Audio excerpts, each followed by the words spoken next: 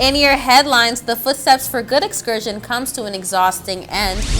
Travelers from the TCI are now able to enjoy a non-stop flight from the islands straight into Orlando, Florida.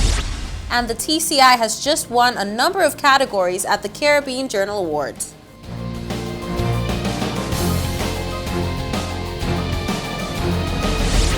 From the PTV Broadcasting Headquarters in Providenciales, your #1 source for news, I'm Erica Penales, delivering the latest from across the country this Thursday, December 16th, 2021, right to your door. Newswatch starts now.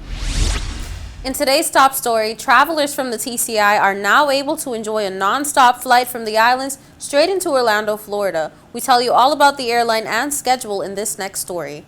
It's finally here. Newswatch brought the great news to you back in July of the addition of a new route to the United States from Providenciales, with Frontier Airlines joining the tarmac with direct flights into Orlando. The first nonstop flight will touch down tomorrow, December 17th, and get this.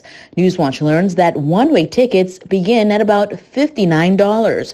It's said that the passage is being offered once a week on Fridays, and while most were initially excited, there were some who felt that there are other priority areas that need to be addressed, like the upgrade of the Providenciales International Airport, as the country begins to see more routes and more travelers to the destination, which just won 3 categories from the 2021 Caribbean Journal Awards.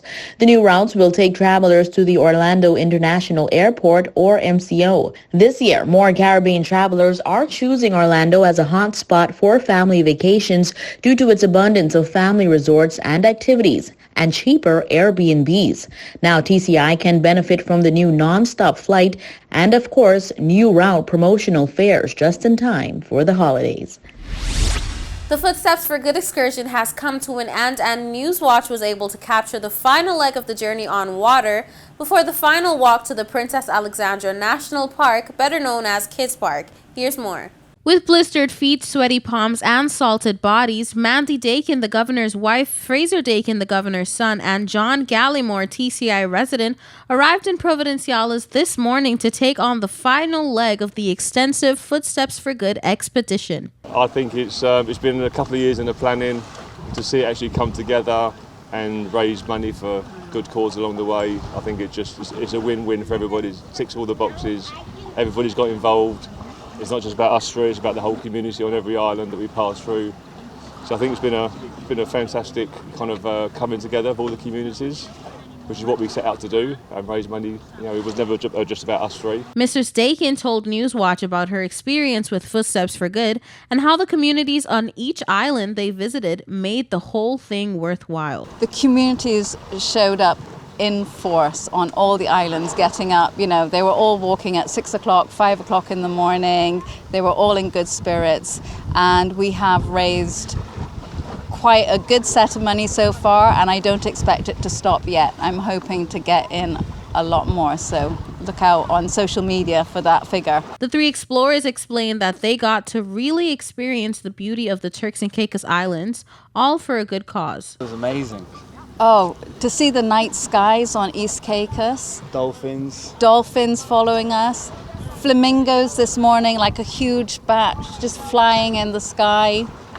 Yeah. I think when I first envisioned this some 5 years ago, my primary goal was to basically spread the word that there's other islands apart from just Provo, to get people, not just tourists, but even residents and alike that live here.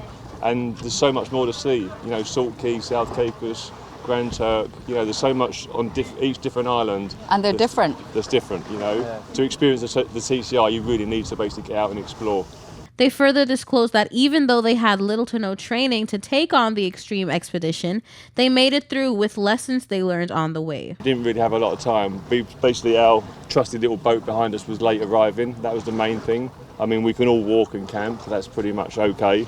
We really needed a lot of time practicing the boat, and we didn't really have that, so it was a real learning curve, learning as we went. Yeah, we learned on the job. We were informed of the difficulties that they faced traveling within the Turks and Caicos waters and land. Feet and hands mainly. Yeah, Mum's feet are ruined. They're ugly, they're a mess. I mean, we did one particular walk on North and Middle. It was 23 miles from Parrot Key to Kong Bar. And then the next morning we got up and basically done another 18 miles, through On water, sand. on Loads of sand. water. So it's not just a one-off. Some people build up their whole lives to run one marathon, 26 miles. We pretty much done relentless. that every day for 10, 12 days. So there's only so much training you can do. The rest comes down to sheer willpower and Grit. how much you want to succeed. And because we had so much riding on it with donations and sponsorship, there was never really an option of kind of giving up. Today was the final leg of their journey as they touched down on Sapodilla Bay Beach to head for the kids' park. Today was a great start, but the wind just was not in our favour, so it was hard going. I mean, we were watching when Fraser was rowing with John. It looked like they were slicing through butter, but just not going that far. I mean, it was hard work. So I don't know if you could tell coming in here, but yeah, by the end you're just like, thank goodness we've got onto land. Newswatch was told from the governor's wife and son that to keep themselves energized and to keep their hopes up, bonding with each other, remembering why they embarked on the expedition, and appreciating the beauty surrounding them is how they kept enthused. But just really, I think coming through the communities when we're kind of feeling kind of down, and in those kind of remote places like East Caicos, we come off East Caicos and then we basically run into South Caicos with the community, and it's the same on North and Middle. Every time we kind of got down at the end of a leg, the next morning we woke up and the community was out in force. It just kind of made us realise why we were doing it, Mrs. Dakin told Newswatch that her biggest takeaway from the Footsteps for Good expedition is to keep exploring, and that she would do the excursion all over again. Keep exploring. And Keep exploring, and also there's no limit to what you can do.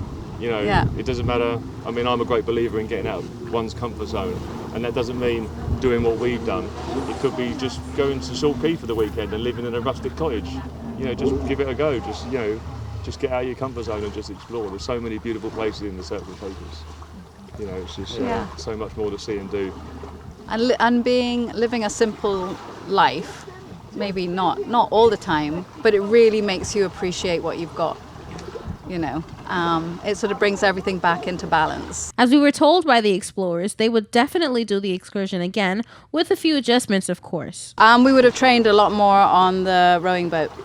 Yeah. Yeah, definitely. Because we literally had like 2 or 3 hours each before we started. So our first major crossing, which was South Caicos to Grand Turk, like 25 miles. That was when that was our first lesson, really.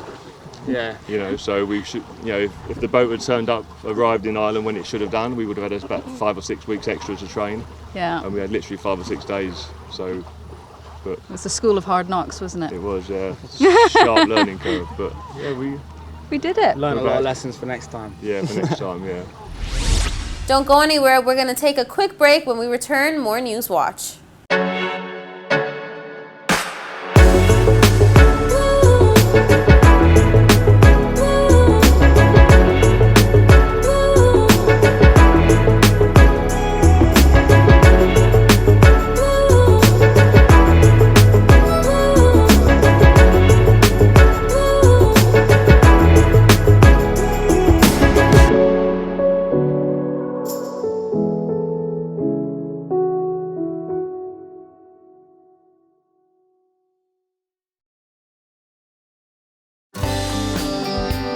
This is a reminder that all PTV service accounts are due on the first day of each month.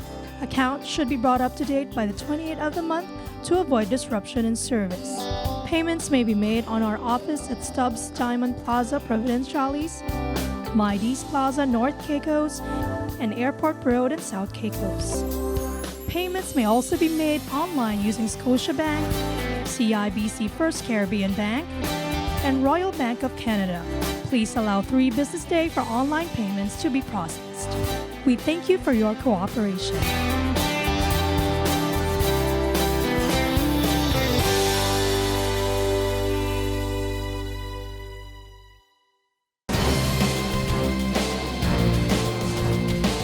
Welcome back to Newswatch. Earlier this month, Fortis TCI honored its long-serving staff members during a reception held at the Shore Club. More in this report. The Fortis TCI Long Service Awards Appreciation event is held once every 5 years and underpins the company's robust people management strategy. The company honors employees with 30 to 36 years of service. The longest-serving male employee was Manager of Facilities Management, Anthony Williams, with 36 years of service. The longest-serving females were Senior Customer Service Representative Patricia Hamilton and Supervisor of Billings and Collections Roxy Williams, with 30 years of service. There were 6 other employees with 3 decades or more of continuous service, namely Franklin Bean, 35 years, Richard Stubbs, 34 years, Warren Madden, 33 years, Gary Lightbourne, 32 years, Dale Taylor, 30 years, and Alvin Harvey, 30 years. A total of 42 persons recorded 5 to 9 years of service. 59 employees recorded 10 to 19 years, and 16 employees recorded 20 to 29 years of service. Only 25 employees registered under 5 years of service, and the majority of these persons have been with the company for at least 2 to 4 years, with only 6 recent recruitments. The event recognized the top performers in community service, namely Coral Kelly, Marvin Forbes, LaDonna Bassett, Claudia Munnins, and Floyd Williams. The President's Spotlight Award was a new feature to the event. Operations Officer Gary Lightbourne, the sole employee based on Solkey, who has served the tiny community for 32 years, is the first recipient. A surprise visit by the President and CEO to present the award was captured on video and aired during the event. Environmental and Safety Officer Eustace Musgrove received the President's Service Award for embodying the values of the company, leading by example and championing the company's strong safety culture for the past 19 years.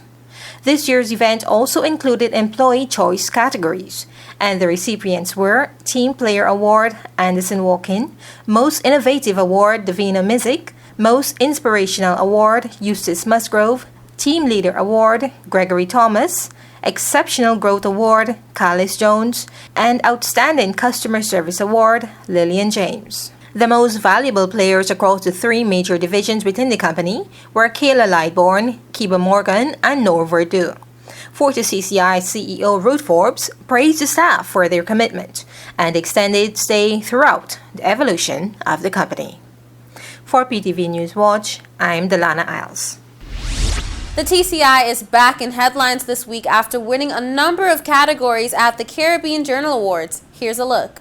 Luxury Destination of the Year, New Hotel of the Year, won by Ritz-Carlton, and Caribbean Tourism Director of the Year, won by Pamela Ewing.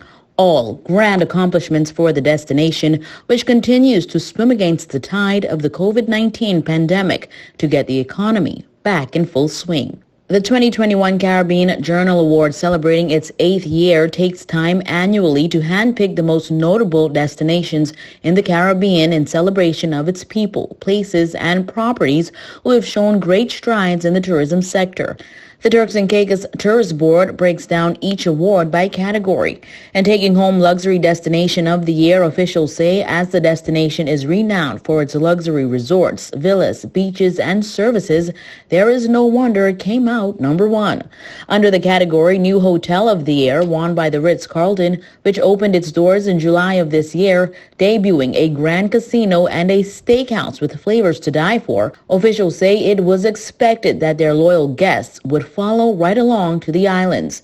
And lastly, Daughter of the Soil, Miss Pamela Ewing, taking home Caribbean Tourism Director of the Year, is celebrated for the resilience that she and her team displayed during a very, very challenging time for all, in keeping the country an enjoyable place for vacationers, as well as balancing the safety of both tourists and residents. Director Pamela Ewing commented on the accomplishments, thanking all team members and stakeholders for staying the course and going above and beyond. Quote, throughout 2021, tourism in the Turks and Caicos Islands has continued to flourish thanks to the Tourist Board's strategic marketing and public relations plans, combined with its vigilant TCI-assured protocol and aggressive vaccine campaign with over 78% of the adult population vaccinated.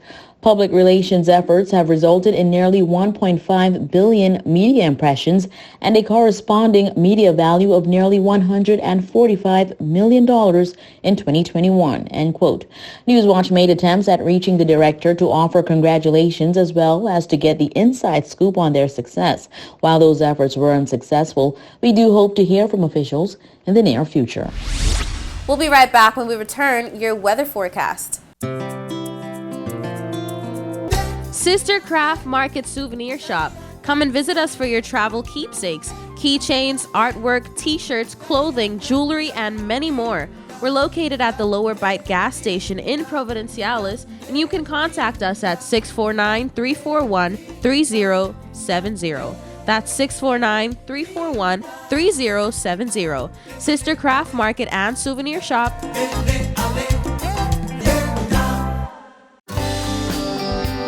This is a reminder that all PTV service accounts are due on the first day of each month. Accounts should be brought up to date by the 28th of the month to avoid disruption in service. Payments may be made on our office at Stubbs Diamond Plaza, Providenciales, Mides Plaza, North Caicos, and Airport Road in South Caicos. Payments may also be made online using Scotiabank, CIBC First Caribbean Bank, and Royal Bank of Canada. Please allow 3 business days for online payments to be processed. We thank you for your cooperation.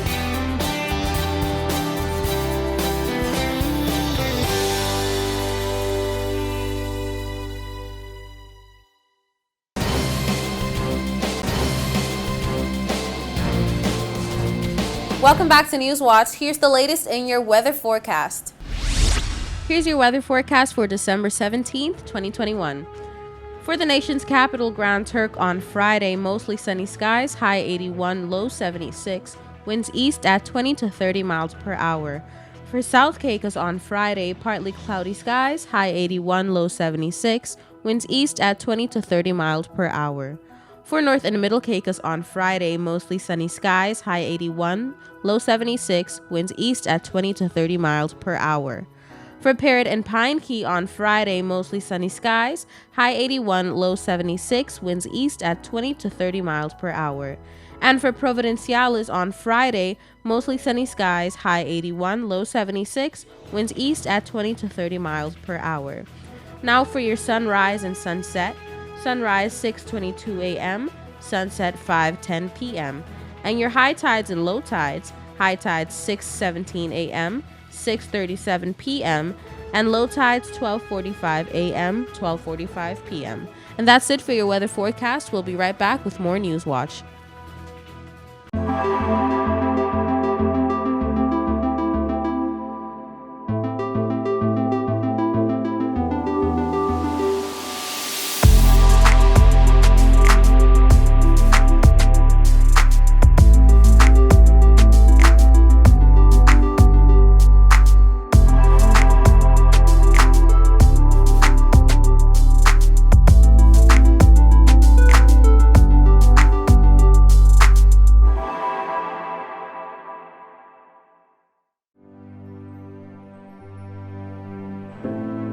Here at People's Television, we're more than just your leading news and entertainment services. We are spreading the gospel.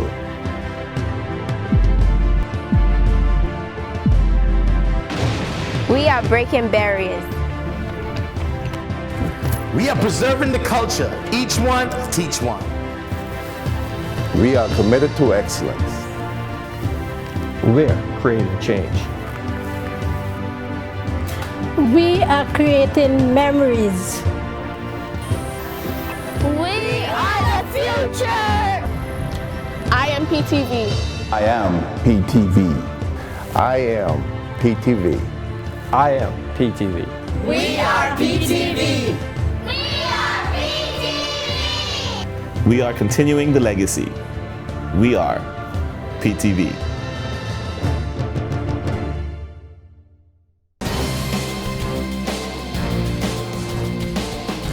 The Turks and Caicos Islands have registered millions of dollars for health procedures to fall under the heading of medical tourism in health centers in the Dominican Republic, thus boosting the economy. Newswatch brings you more.